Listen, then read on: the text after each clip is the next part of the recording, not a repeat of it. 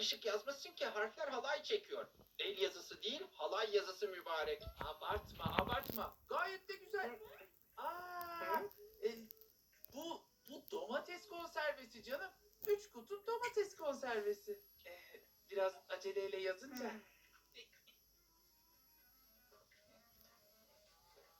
Konserveler hazır. Sırada hangi ürün var? Okumaya çalışıyorum.